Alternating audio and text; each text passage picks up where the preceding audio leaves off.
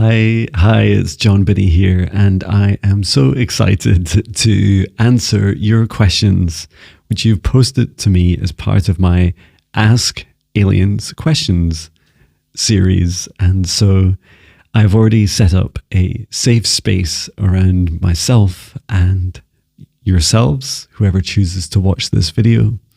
And I've explicitly invited in my spirit guides, and I'd like to set the intention to answer your questions as best I can together with my spirit guides, and I'll be asking them to step forwards.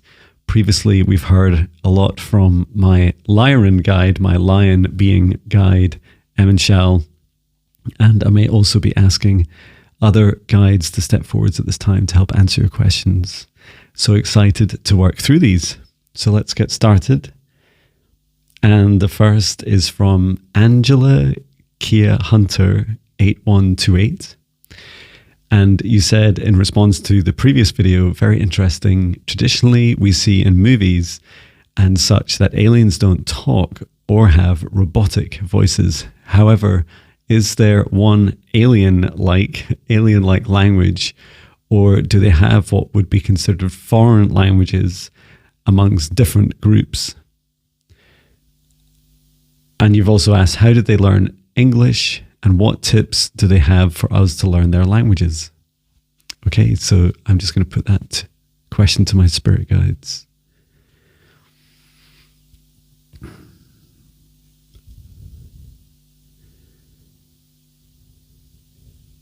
Okay, so, well, three of my guides are coming forwards. The first is Maya, and she's a guide that I met first, and she continues to be one of my most talkative and I guess dominant guides. She's an elemental being and has been for thousands of years here on Earth, but prior to that came from Andromeda and then many other star systems before that. Also my Lyran guide Emenshal, and then my Mantis guide Marita. And so first of all, my guide Maya is saying there are really an infinite variation and variety and diversity of languages across the universe. And my guide, Emenshal, my Lyran guide, was explaining that Lyrans, for example, pride themselves, I love that pride themselves on also having their own unique variations of languages. And he's talking to me about a light language. Let me just see if he would like to channel any of his light language through me. Maybe I could give him, if I give him a specific intention. So Emenshal, could you channel light language through me for perhaps how to express the highest love for someone, for another being?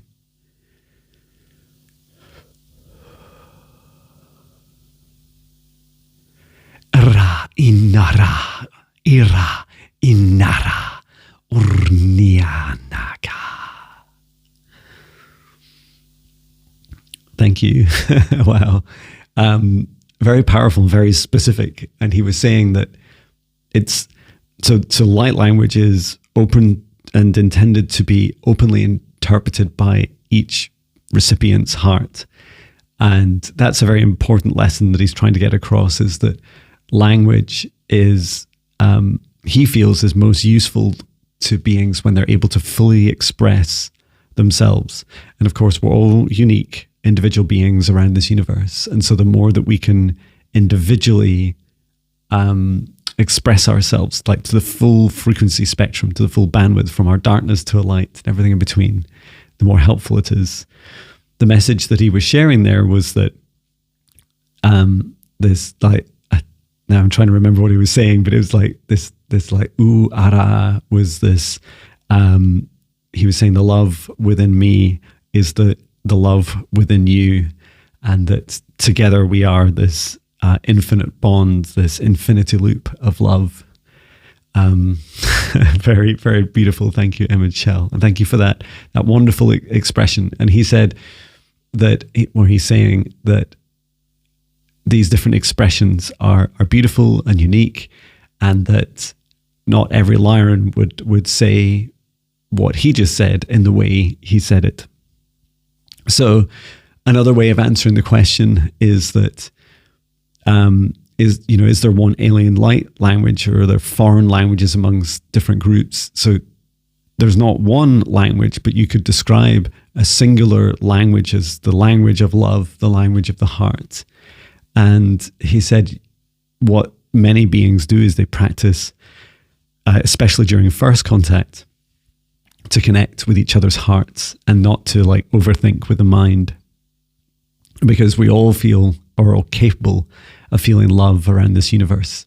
And so when a Lyran first meets another being from that they've, like another galactic race they've never met before, they talk in their light language, and they talk with their hearts. Because you don't need to understand the words. It's the energy behind it. It's the feeling. It's all about the feeling. Thank you, Michelle. And my guide, Marita, was saying she wanted to have a word as well, because she's very used to working as like a galactic facilitator across different species, different galactic races around the universe. And she knows a lot of different languages. She can talk many, many languages. And she said she's very good at picking up languages. And so there are just an infinite variation, she says. And also, she says when she can talk, for example, if she'd never heard English before, she could listen to you speaking English for even just a few sentences. I could start to pick up some of the basics. And then she would like dive into the detail whenever she really needed to learn the nuance. So especially to begin with, she's capable of learning language very fast at a very high level. And how did they learn English? I think that's what Marita's trying to answer. It's just that I didn't fully appreciate that's what she was answering. So thank you, Marita. And what tips do they have for us to learn their languages? So my guide, my Lyran guide, Michelle, he basically says just to focus on the language of the heart.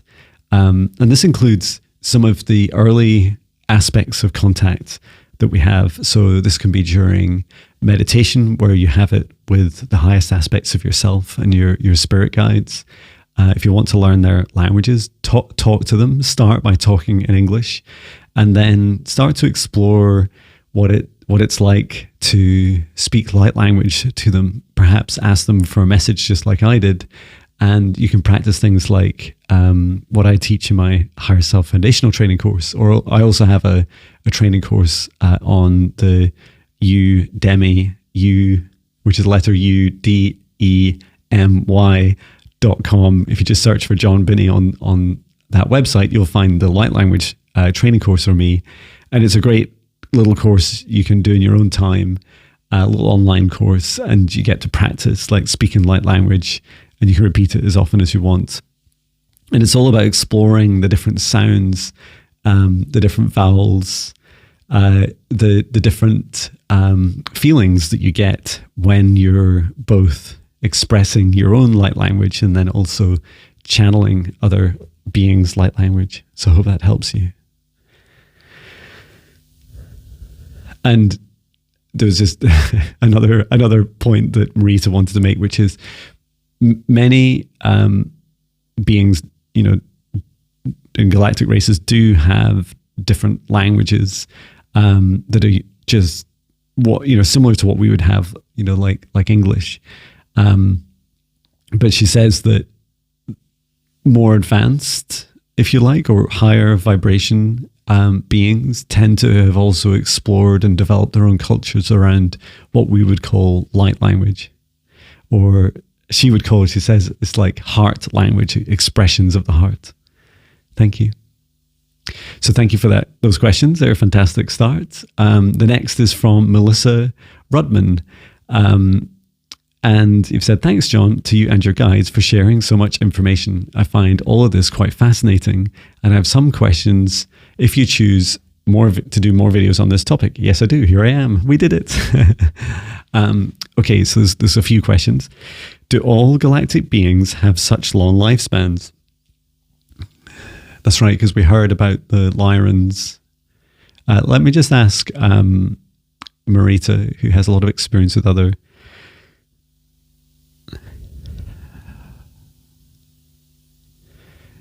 Okay, so yeah, I didn't quite complete my sentence, but Marita saying, yes, galactic beings, so beings from around the universe, have just a very broad, wide range of lifespans.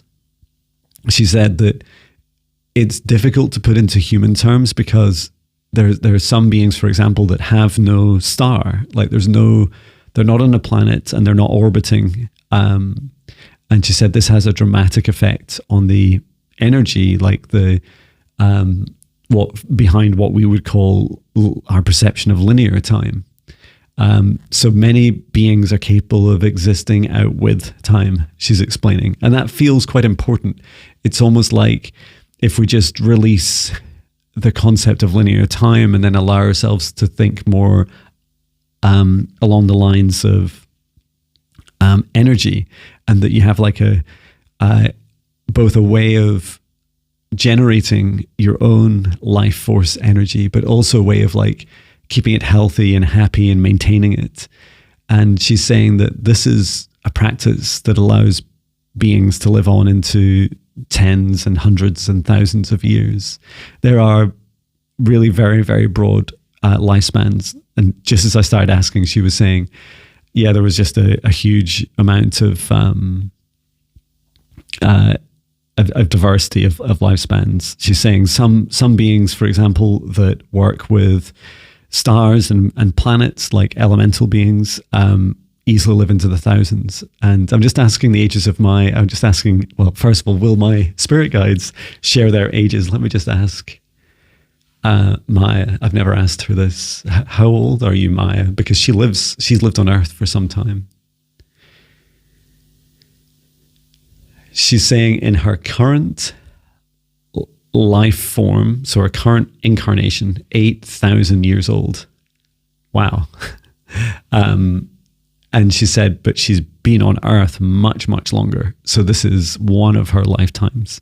And she said she's showing me at the moment the reason that she actually feels she's quite young in this lifetime, because at 8,000 years, she wanted to be able to be both an elemental being that can exist beneath the ground to help facilitate like the nurturing and growth and fertility of land, of a designated area that she works with Mother Gaia. But also, she said she likes to be able to appear as and to take form as a humanoid form. And she said that's why, although she's been, her previous lifetime was for tens of thousands of years, it wasn't capable of humanoid like life form shapes and sizes. So that's really exciting and gives me hope that perhaps Maya will meet one day physically. That would be fantastic too. Okay. And the other guides, they're saying they're into the, it's really funny because it's like their ages, they're kind of laughing at each other because Emenshal is saying, oh, I'm 130 years old. And, but what's funny is he's saying like, oh, I'm just a youngster, I'm just a baby. And then he's also saying that he can choose when he connects with me, like on a daily basis, he can choose the age of him that he connects with. So he could choose, and he doesn't always need to be Lyran. This just all blows my mind, right? But he can turn up as the older version of him. He said that lifetime lives into the 800 plus years as an ascended Lyran master, which he's very proud of. And he said he wants to have like a lifespan and to be around me. This is really touching. At like a similar frequency. So he's always turning up at a similar frequency to me. And so he adjusts his age to reflect that. Fabulous, thank you. Okay, and the next question is, do our guides see helping us and any others as their job, so to speak, or do they have careers beyond being a guide? Let me just see who would like to ask that. Okay, so Maya, my elemental guide, is answering. So she said, it's like an agreement that we made. In my example, I made this agreement with Maya before I came into this lifetime. And what was happening was my soul was reaching out to different beings that I'd worked with throughout different lifetimes. And I was asking to form a team that would support the incarnation of John Binnie through this lifetime. So it's very much a partnership, and I called on them. And you asked, or do they have careers beyond being a guide?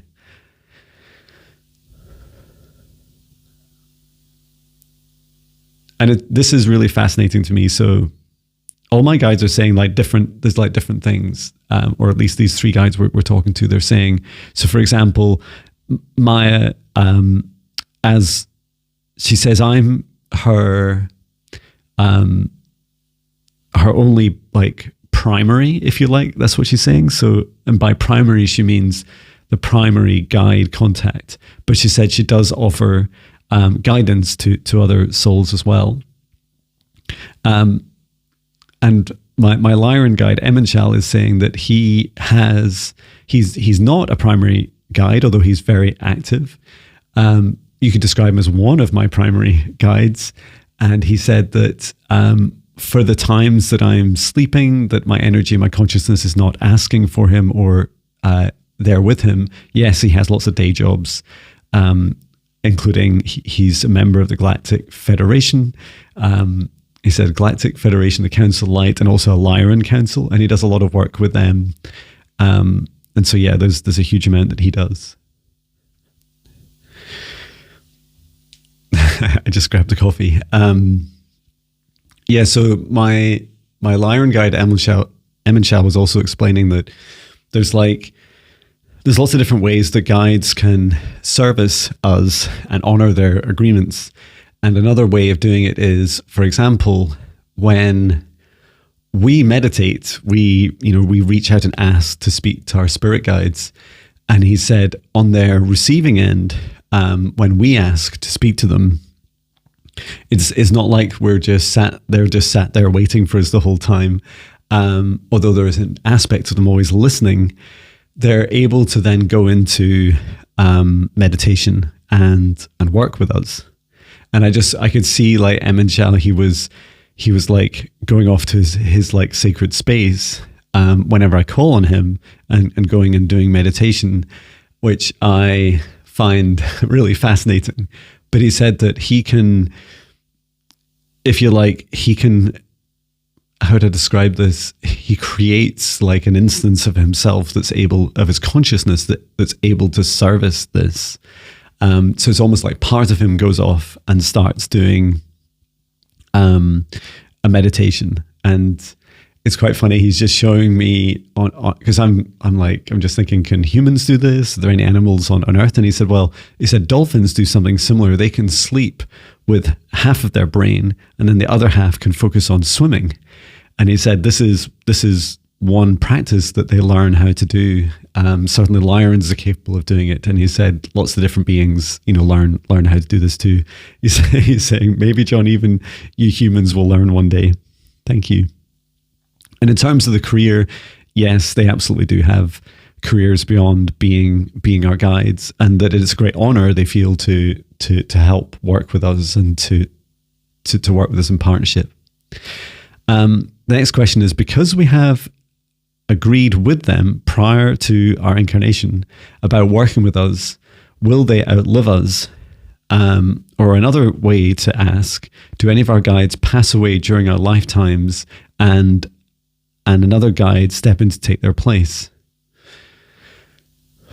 Let's see who'll answer this. My Mantis guide, Marita, is answering. Okay, she's saying that she's saying there's these aspects of time and lifetimes that we mentioned earlier, and they're a lot for us to understand, but at a high level to know that there's a massively broad range and diversity. She's saying also when a soul, so when her soul, for example, chose to work with me, she chose to initially, or continues to choose initially, to come to me as a mantis. However, it's not her only incarnation, just like human isn't my only incarnation, and that she spends a lot of time and energy reflecting on, what is the right version of herself to show up to me as. And she said it's also something that spirit guides do, is that they'll show the different parts of them. So perhaps another way of considering this is that there's a single soul within each of us, including the single soul within each of our spirit guides, and that our spirit guides get to choose. They get to say, this is the version of me that I will come to you as. And this is both, can be within a lifetime, just as like Emmett Shell was saying, he can show up as any particular year of his, or frequency of his age, of his Lyran lifetime, but also any other lifetime. So in this respect, our guides, just like us, are almost infinite, that our souls live almost for eternity. And as I use the word almost, because often we choose not to live for eternity, but we can have 1, 10, thousands, millions, billions of incarnations and lifetimes, as many as we choose. Okay. And just in terms of, can guides pass away? Guides do leave us. And we can also ask them to leave our team, or in some circumstances, we may even tell them to leave our team, and they can rejoin at any time. So yeah, there's a lot of broad diversity, which I love. Will humans be able to travel physically to the worlds at any point in the future? Yes.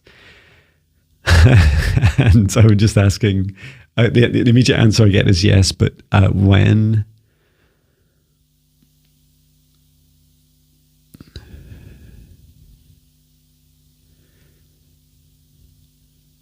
So I'm just being shown like a whole story of disclosure, first contact. These are kind of paradigms or notions that seem important for us as humans to understand. That there's a process, let's describe contact, that there's a process of when galactic beings connect with us, that they want to, first of all, gradually make us aware of where they're from. And then also for their own safety, they said they're only really nervous about our misuse of nuclear weapons. But they also said we carry, they're calling it like low vibration. They said it's almost, they're using the word disease, which I find really fascinating. But they're saying it's like these low vibration infections that they would not welcome on their homeworlds. And I feel that it's more that like negative energies and entities attached to us that they would worry, they would want to get addressed first before they would allow a human on their homeworld. But yes, it will happen. There will likely be years of contact first, and there will be pockets of people, like small numbers, visiting each world first. And I just saw during contact, there'll be sharing of technologies, and in particular, the ability to jump through space and time, which is fantastic. Finally, will you or any other credible person create some guide to explain the physical or general characteristics of the aliens, with their permission, of course, to dispel misinformation and fear, and to help make their races and physical appearance almost second nature to us? Great question.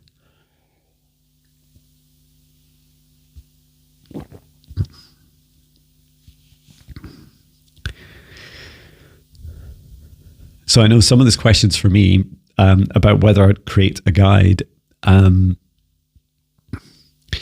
I'm first being shown, my guide Marita is showing me. So at the moment, what happens is if you sign up on my membership group on my website, you get access in the membership menu. There's this little page for, I think it's like John's spirit guides, and it's like a matrix, like a little table of each of my spirit guides, and then explains some of each of their characteristics. And this is something I teach people how to create for themselves in their in the foundational training course, so the Higher Self Foundational Training course. Excuse me, I think that had to come out. And what it means is that you get to connect with each of your spirit guides individually, and then ask them where they're from, what's their names, what's their superpowers. You get to describe them physically, like what's their frequency, their color, their vibration, their sound, their smell, like all these key characteristics, and to describe them, their height, their form, their origin that they're showing themselves as. This feels, I'm being shown, this feels like a really good way of, effective way of helping people understand the characteristics of different aliens. And the reason that I'm being shown this way, which is effectively like meditation, and that it's just an hour session where we ask each of our spirit guides to step forwards and introduce themselves.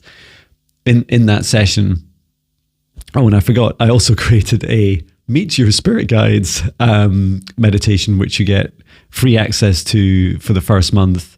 And you get free access to the membership group for the first 30 days. And included within that is the Meet Your Spirit Guides 1 hour guided meditation. And that is like really highly effective. It's the same approach that I use, or one of the approaches I use in training courses and in one-to-one sessions. So if you do this, you will realize that so much about the characteristics of aliens are the feeling. And so if you have a fake alien, if you like, and I'd say fake as in something that's been, a being, they may be even sentient or sentient to a degree, or, a blend with AI.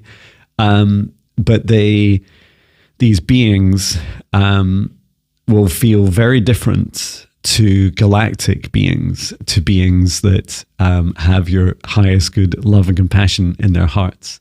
And so this practice of connecting with your own spirit guides, who are often very diverse, broad ranges of beings from around the universe, and lightly, not guaranteed, but lightly, if you're watching this, some of your guides are from around the universe, because this is to help you understand them and connect with them. So, there's another way of answering this question, which is a guide that purely describes the physical aspects of aliens, of galactic beings, whilst would be really cool to read, could both be misleading and not helpful. And by misleading, because there's such huge diversity within each of these galactic races.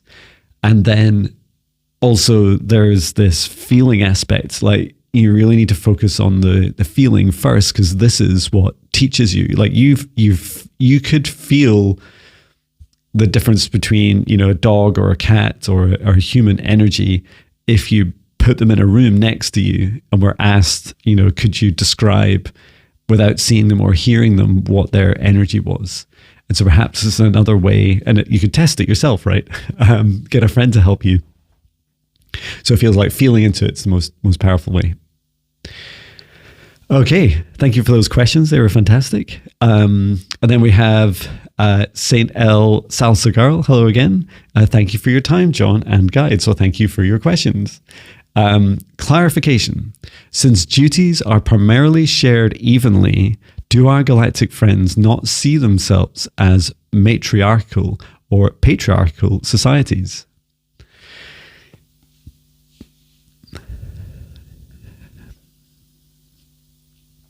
Okay, so there's a couple of guides, Maya and Emin Shell, saying duties are not primarily shared evenly. and this is not a hierarchy per se. This is just acknowledging different roles, for example. So Maya is saying, for example, John, I am your primary guide right now. So if I just ask to speak to my spirit guides, they're not like on an on-call rota. They won't just, take it in turns to pick up the call from John.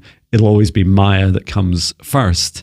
And not every, spirit team is set up like this, but she's saying that these roles are important. These roles exist. And so whilst we are, she said, we're all equal. She said her role, she said, for example, to me, from my perspective, she focuses a lot of her energy towards me because we have a primary connection with each other.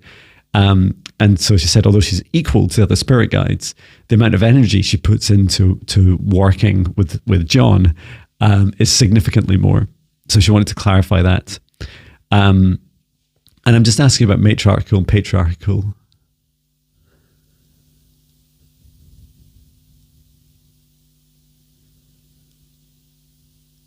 So there's an even broader range of societies than we may be fully aware of.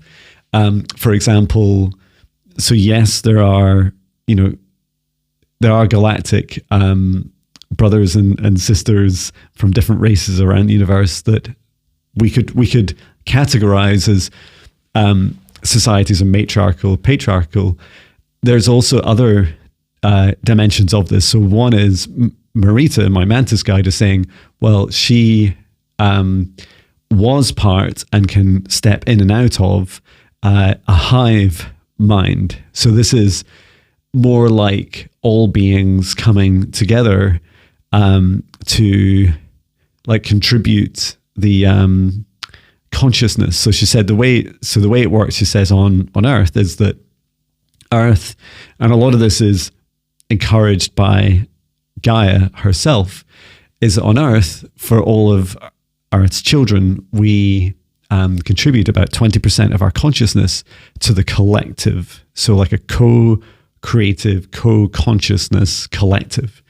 And this means that, it helps explain, for example, why sometimes you'll wake up just in the morning and you'll feel in fear and you don't really know why. And it's because there's 20% of you, the collective connection with you is experiencing fear, or vice versa, maybe love or excitement. And you're more aware of this around, it's the perfect time of year for this awareness, because I really felt it around Christmas and New Year here in Scotland, because I feel like the collective have this there's this huge reset in our culture, especially in Scotland, and New Year's arguably bigger than Christmas for us, because it's like this huge reset, a big celebration, and we prepare for our new year. And I felt that, even though I couldn't see people around when I was going for my morning run, like you can feel the energy of it. And she said, so hers is more the opposite. For example, in a hive mind situation, it's almost like 80% of your consciousness can be devoted to the hive. Or she says she doesn't really like calling it hive, but she said the way that, ant columns and beehives work, for example, and she said even forests, and the Amazon rainforest in particular is a beautiful example of where all the beings from, the animals and insects and plants, everything can connect into the same like hive mind of the forest. And so these are other beautiful ways of understanding how beings can come together. And then she's also wanted to talk a little bit about unity.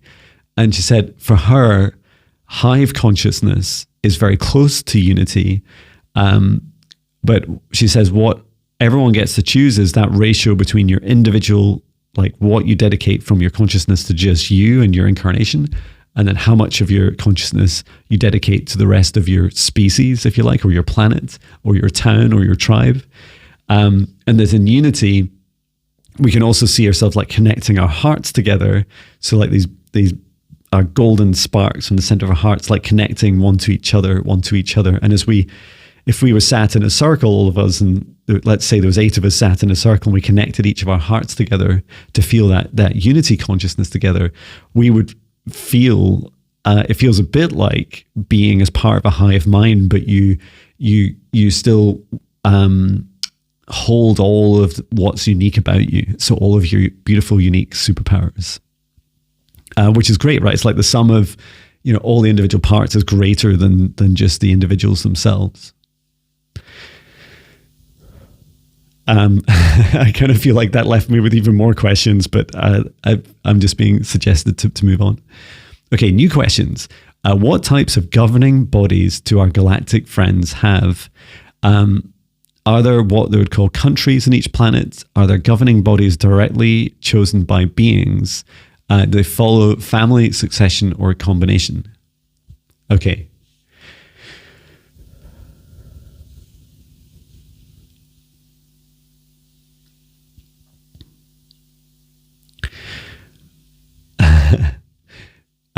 So Marita, my Mantis guide, is saying there's just a massive variation. She said if you were to, and diversity of governing bodies, if you like, from governments and organizations to communities and tribes and clans and families, and races and species and areas of the universe. Like, it's all this beautiful macrocosm of every being gets to choose individually like what they subscribe to. And she's saying that if you look at it from Earth's perspective, Earth doesn't yet have a single leadership. And some of us, I think myself included, like, find that concept a little bit scary. Like, I'm the king of the world would be a difficult job, or the queen of the world, or the council, or the Earth Council. But she said, if you look at it from Earth's perspective and you look outwards, just towards the more immediate beings that are interacting with Earth and are interested in Earth, is that, she said, the individual councils and federations of different galactic beings. So, for example, she's part of the Mantis Council, but also part of the Galactic Federation. And she says that they're not governing bodies, but they're more there to support and represent. And she said a huge aspect of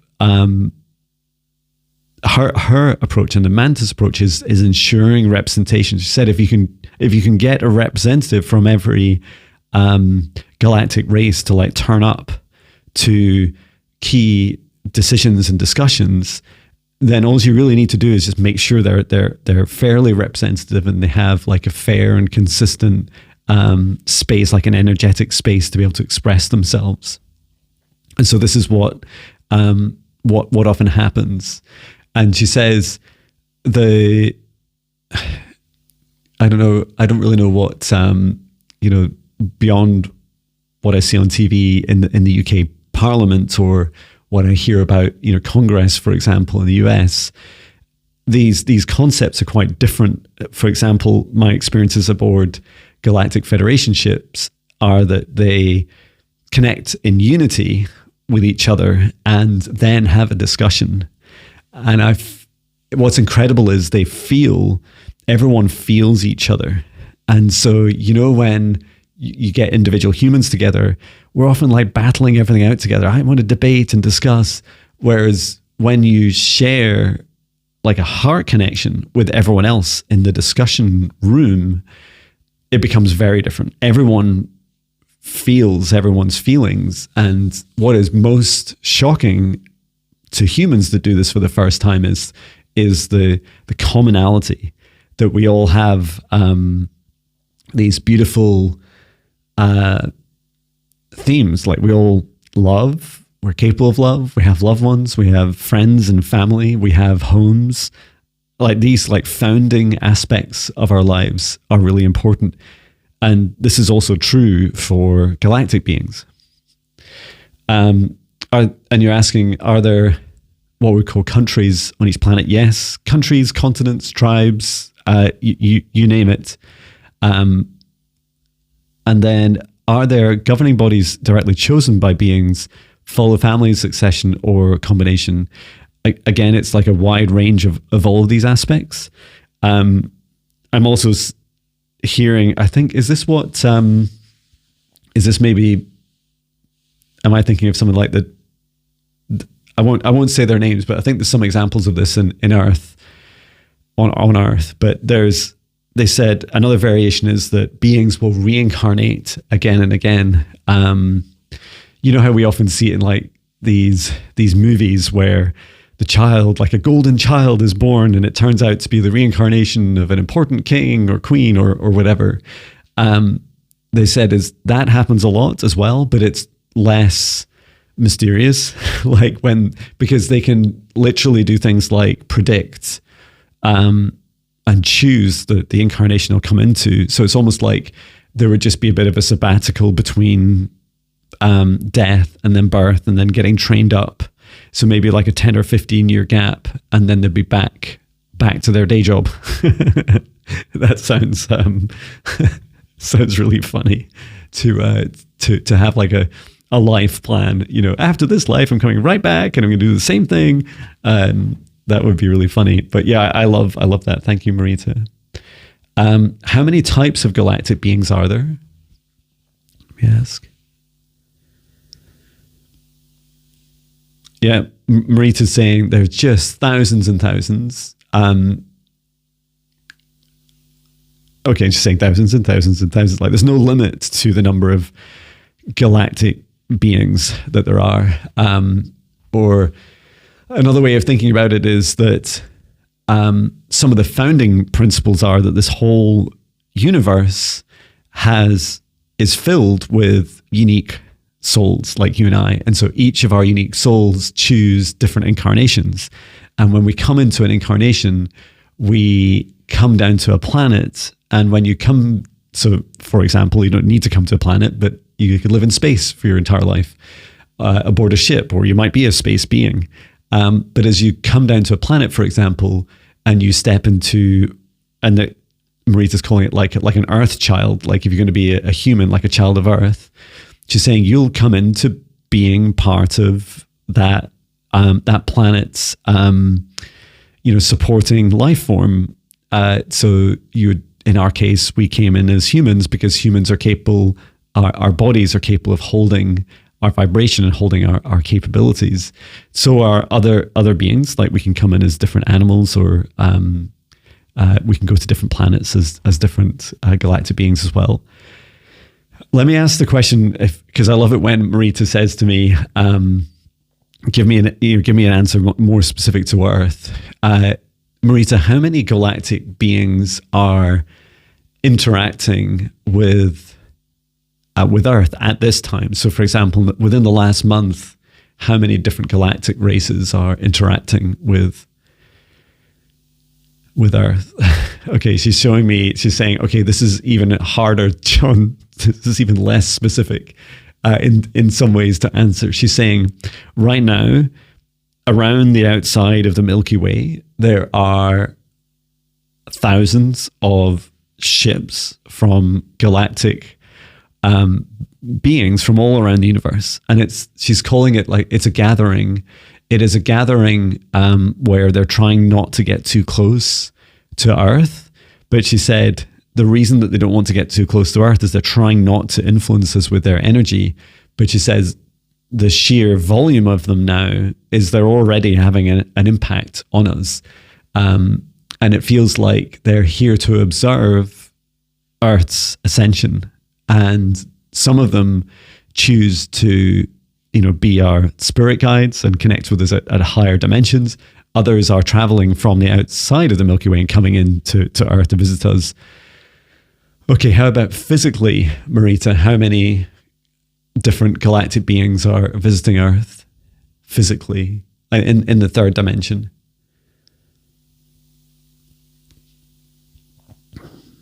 She says within the last month, 57. 57. Okay, that's I don't know. It's a number. It feels like a lot to me, but it's a number. She said there's been a lot more in the past and there will be a lot more in the future. Who they all are is for us to discover. So thank you, Marita. Do they consider each other as different species or cultures? Yes, and in fact, some beings, form alliances like galactic federations or councils. For example, there are councils of like around Lyra, where there's like different beings from different planets, and often Lyrans who live on different planets and who are nomadic and travel across space and time. They also consider themselves like part. They are Lyran, and therefore they align with the like the beliefs and the councils and federations of Lyra. But you get to choose, right? And so you can be just like, as humans can vote for different political parties, we can also move different countries. It's the same for these beings also. So I was just asking my Lyran guide if, for example, could he join the Mantis? And he said, yes, but different beings have different entry criteria.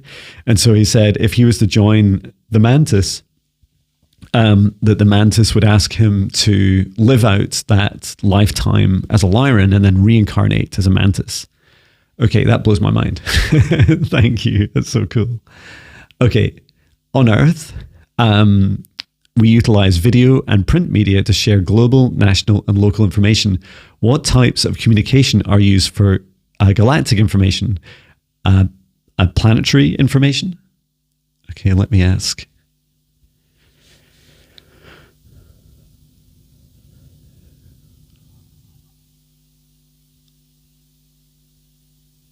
So they're all kind of talking at once, which I think is really ironic and fun at the same time. Maya and Marita were most verbal. Let's see what Maya is saying. So Maya is saying, first of all, you can do this yourself. Like you can look out at the night sky and look at the stars.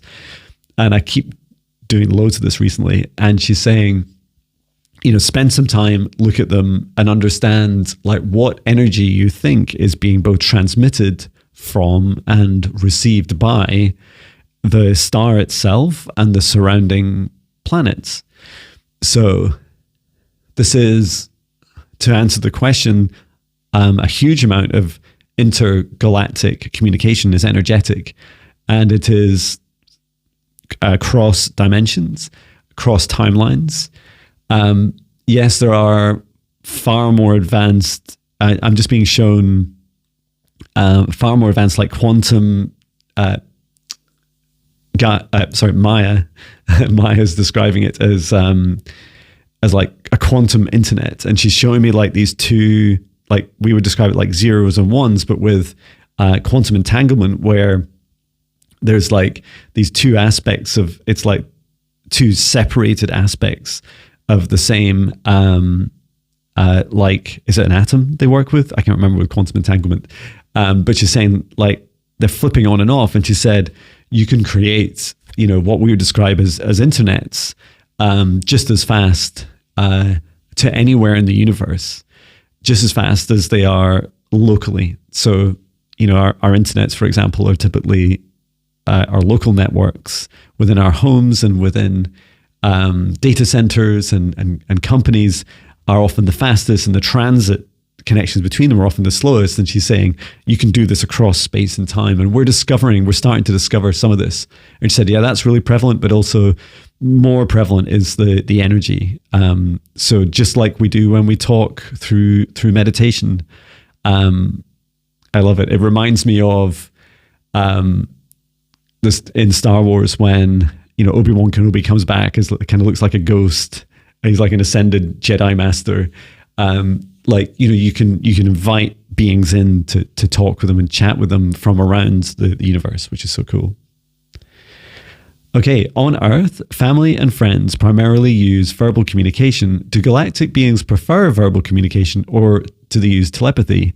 Does each tribe have their own dialect or language, and each planet? So I think we answered this already in the previous questions. No, they don't prefer verbal because it's constrictive, but they like, so I say they, this is what Emmett Shell's saying in particular as a Lyran. He's saying he loves the energetic. So energy first in communication is the most powerful because the bandwidth, so the expression of words is very narrow. And in part, they're saying in part it's very beautiful how English, for example, is very constrictive. But they love our obsession with trying to expand our expression beyond that through obsession of expression. That definitely feels like some of my musical journey. And it's like you can expand beyond just these limitations and, you know, sing and draw and dance and create in all kinds of different shapes and sizes and frequencies and vibrations.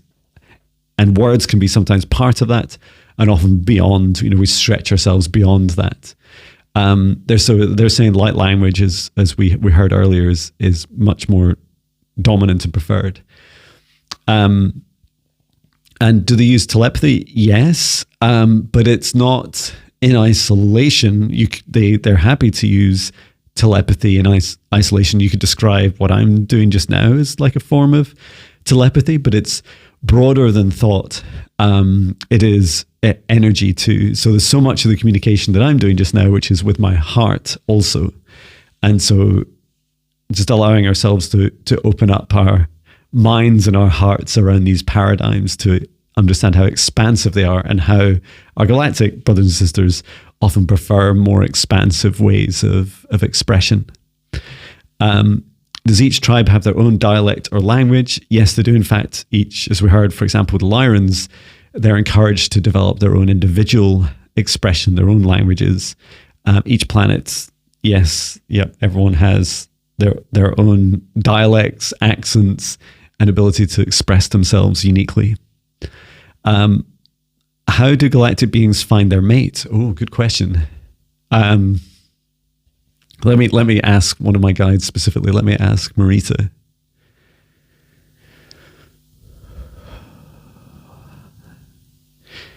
So she's saying, it might shock you, John. She's saying she as a mantis, and okay, she's just reminding me what praying mantis do on Earth, which isn't it the female eats the male after mating? But she's saying don't worry, John. She said it's not like that. She said, but she has relationships with other beings through what we were talking about earlier, like this hive mind, or perhaps more accurately, this unity connection. And she says that she often seeks them out within like the hive, like their unique energy. It's almost like in the 80% of the shared consciousness, she also looks for that unique 20% and connects with them.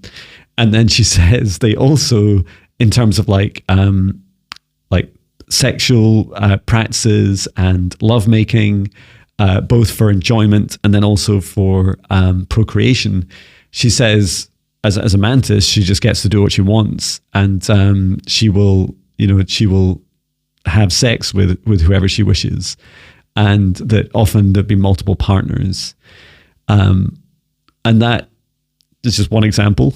It's not what I expected. Let me ask, just for another perspective, let me ask Emin Shell.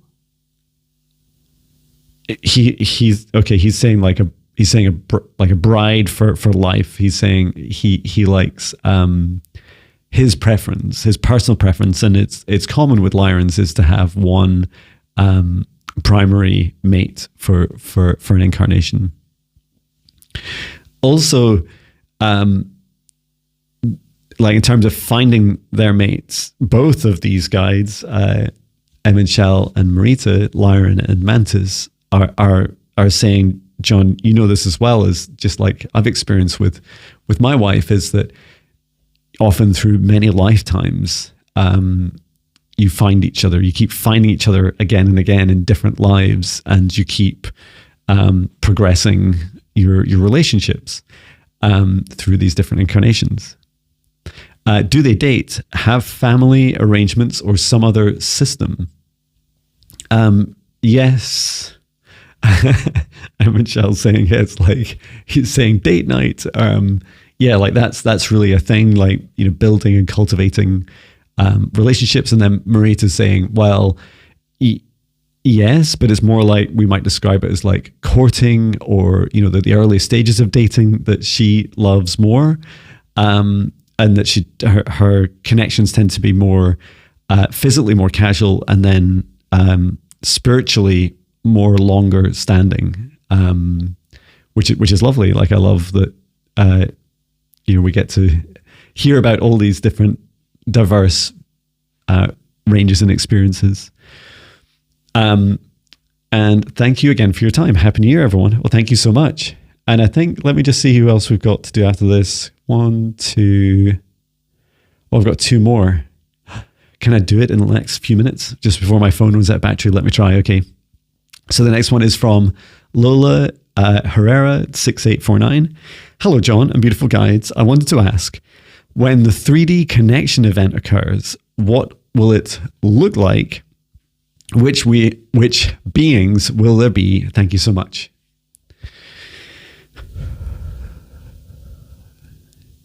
So I'm just asking Maya, and it's funny because Maya's like showing me from the ground, looking up, like, what's it like to be a human, like a very like physical thing. So as John looking up. Okay, and I've been talking to her a lot about this as the kind of ET aspect of 2025 continues to rise up. And so she's talking about, Maya saying that there's multiple contacts that are or both already occurring right now, some of which we're more familiar with, and then others are happening but haven't yet been given the go-ahead by the galactic race involved and the human to disclose their participations, their collaborations together. And I'm getting like snippets of them, and like some, for example, working on technologies together, such as UFO-like craft, yes, so like flying saucers, and then others working together, which are more deeper connections, like channeling, like allowing beings to come into and to talk through you and answer questions, and then also like coming into the room and connecting, and appearing. And I've been both volunteering with my guides, and I was having a long chat this morning with them during my morning run as I looked at the stars and watched, you know, orbs and satellites and planes and shooting stars and all kinds of things flying through the night sky, because I run at 5 a.m.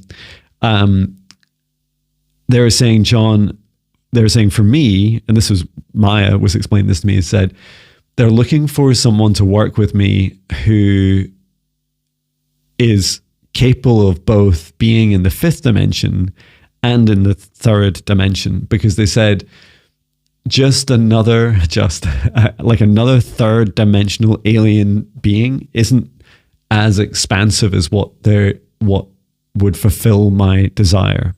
You know, so just taking a kind of other human-like being from another nearby planet, like both the interest and the benefit to us would be less interesting.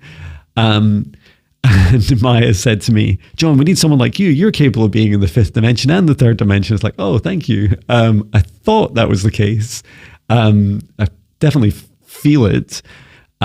So they did say they're talking with, for example, an Arcturian who would be interested in coming to visit me.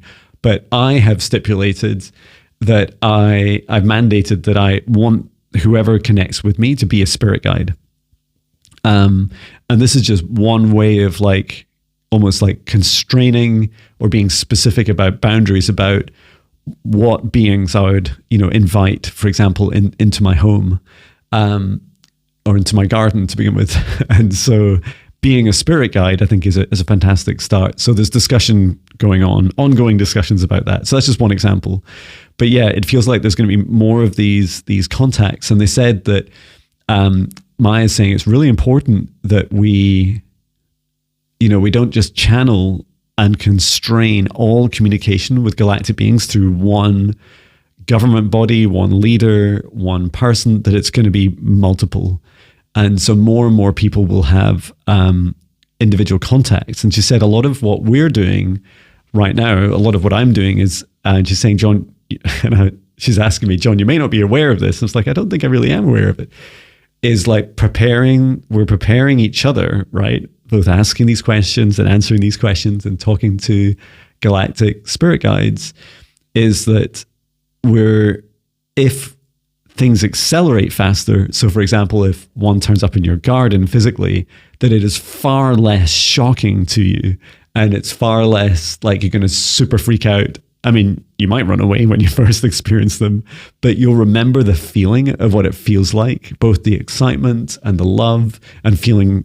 And she keeps saying to me, like my meditation message this morning, being grounded, connecting into the earth and feeling like, you're going to survive. Like you're not going to go super crazy. You're not going to run away and go and live in a cave for the rest of your life. Like you're actually, or be whipped off to some other star system and never see Earth again. Like you're going to be able to integrate these experiences into your human life and continue to allow those to grow.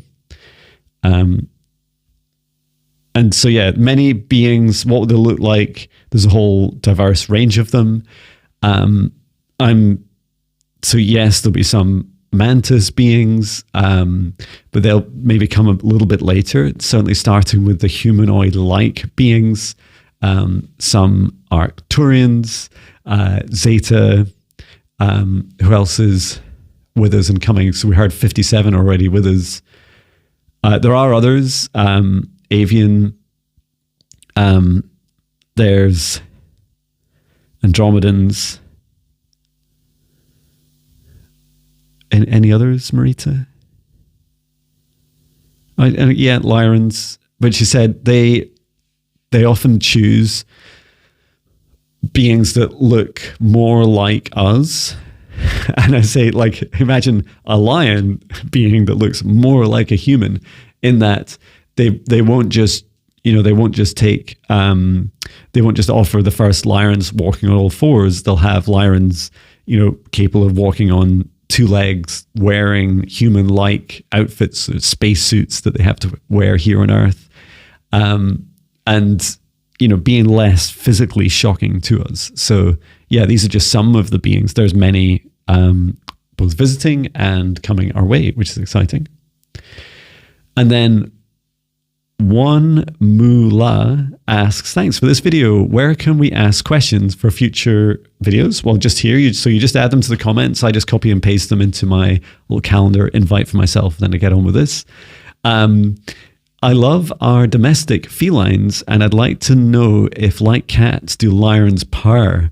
Do they have scent glands around their noses and lips? And do they mark things and other Lyrans with them as cats do? And if catnip or something like it creates a pleasant altered state for them? Thanks again and Happy New Year. Wow, thank you so much. So I actually read this when you shared it some time ago. And let me just ask for a full answer, because I already heard some of the answer. So first of all, to answer the question about purring, it is my Lyran guide, Emanchal, he's being like coy, I guess I'd describe it as, but he's saying only in very intimate and for a short window of time with the intimate situations with their purr. So for instance, during lovemaking. And he said he finds it, he said it's very, very powerful. And he said for him, he said he's not so sure how it feels for our cats, our felines on Earth, but he says for him, it is like a kundalini rising. There's this kundalini energy flowing up his spine from the root of his spine all the way up to his crown. And he said, yes, it's like during orgasm, but he said it starts, it's like the early aspects of it. It's like, wow, thank you. I can understand why he was being coy about it.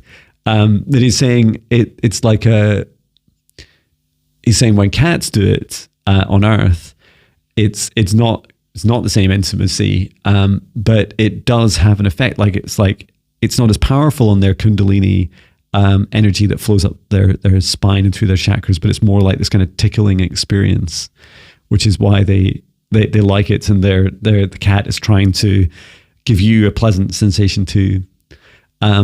Do they have scent glands around the nose and the lips? Yes, they do. And do they mark things? Yes, they do. But they said, so Emanchell's saying that, for example, he would do it more around his home. He's showing me like around his, like the door handles and the boundaries of the area. And then is there catnip or something like it? He said, okay, so for catnip, there is, but it was discovered like some not on Lyra, and it was discovered out with their planetary system, out with their star system, only quite recently. And he said, yeah, to them it's like a kind of like a heightened state of hallucination, but quite short-lived. And he said he's tried it and it's a lot of fun, but he said that it's safe in moderation. But they're now realizing that it has great benefits for like during meditation, and can give very intense visual experiences in particular. Wow, thank you. Well, I am just about out of battery, down to 8%. So I'd like to bring this session to an end, thanking our guides, our higher selves, Archangel Michael, Archangel Raphael, Source and Gaia, every soul that's participated in today's session, asking all of us now to step outside of the session as I close this session down and return to Source, or never return here again. Please drink plenty of water, get plenty of rest. And if you have more questions, just add them to the comments. New comments are the best. So just, a new comment on a video, not like replying to your own or my comments. Just add a new comment. That makes sure I'll pick it up. And it can be on any video. They all turn up in the same place for me. Great. Well, thank you so much. And I look forward to more questions in the future. Sending so much love from Scotland. Thank you.